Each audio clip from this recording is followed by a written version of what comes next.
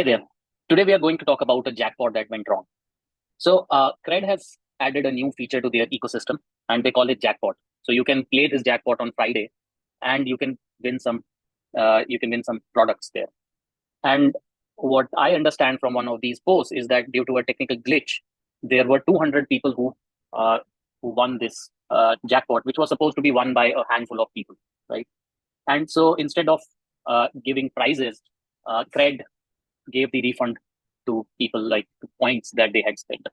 So now, as a database enthusiast, I thought of this on what could have gone wrong on the side of database. Now, this is not claiming that I understand the root cause of why this issue happened, but from the database perspective, I am thinking that this could have been the scenario. So we can understand it in this way.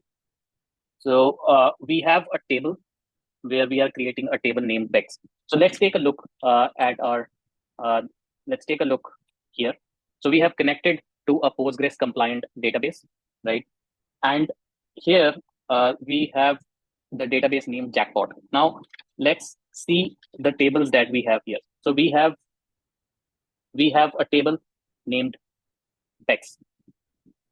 Now, if you look at this table, select star from Bex. It does not have any rows at the moment. Okay, so let's consider this Bex table as our pot, where people who want to get involved in this bet will now be added, right? So let's go back, and we have some commands with us. So we can go here and let's insert. Let's say that Alice, Bob, Charlie, and Diana, they decided on participating in this bet, right? And each of them came with their 1,000 points in for this bet. So there will be 2 winners in this bet, right? Now there are 4 participants. So let's add these participants into the pot, right? So here we have the participants added into pot, right? So let's now select these participants. So now all these 4 participants, they have betted their 1,000 points, right? And no one has won the jackpot yet. Now what we will do is we will now select 2 people out of this for a jackpot. So in order to do that, what we are going to do is we are going to use the isolation level for the database as read committed.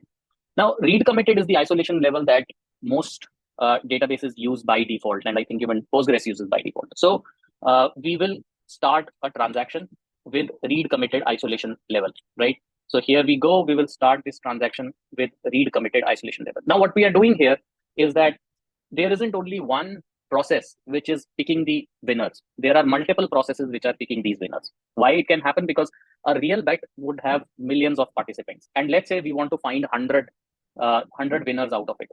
So there's a possibility that 100 application servers, each responsible for selecting their winner, may be introduced. Or maybe there are more application servers, like there are 200 application servers that were spawned in order to select the 100 winners, right? And we are putting a condition on our SQL statement that whenever the number of winners is above a certain threshold, it stops, right?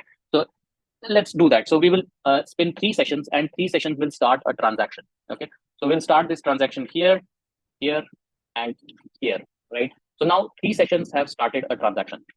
So let's now we want to first do this bet for Bob. Let's say that because we are going to do random selections out of this, but let's say that first thread, it chose Bob as the random choice for the bet, right? So we run this command. So what we are essentially doing is we are finding if the jackpot winners is greater than. So we are first calculating all the values where jackpot is not null, right? And whenever that value is, as long as that value is less than 2, we select a winner, right? So we are choosing this, and now we run it here, right? So here we are running with Bob. Now what happens is the update is done, right? But we have not committed yet. We have not committed anything yet. So what we do now is, on the other thread, Alice comes out to be the winner. Okay, so on this thread, Alice is the winner. Great. So Alice is also there. Now nothing is committed on the database yet. For the third thread, we will have Charlie as the winner. Okay. Charlie is the winner here. Note that for each of these statements, the condition was that as long as the winner count is less than 2, we are good. Now, because nothing is committed, so the winner count is less than 2, right? So let's say that this committed, okay? Now, this one committed, and then finally this one committed, right? So all three have committed. Let's see how many rows do we have now in bets, or how many people have won the bet. 3. How many we needed? 2. So this is a common case that can happen in these scenarios. So multiple threads or processes which are changing the database, right? And they are essentially working on the same set of records, right? And now we have, instead of 2 winners, we have 3 winners. In the case of CRED, there were thousands of winners, right? Or hundreds of winners.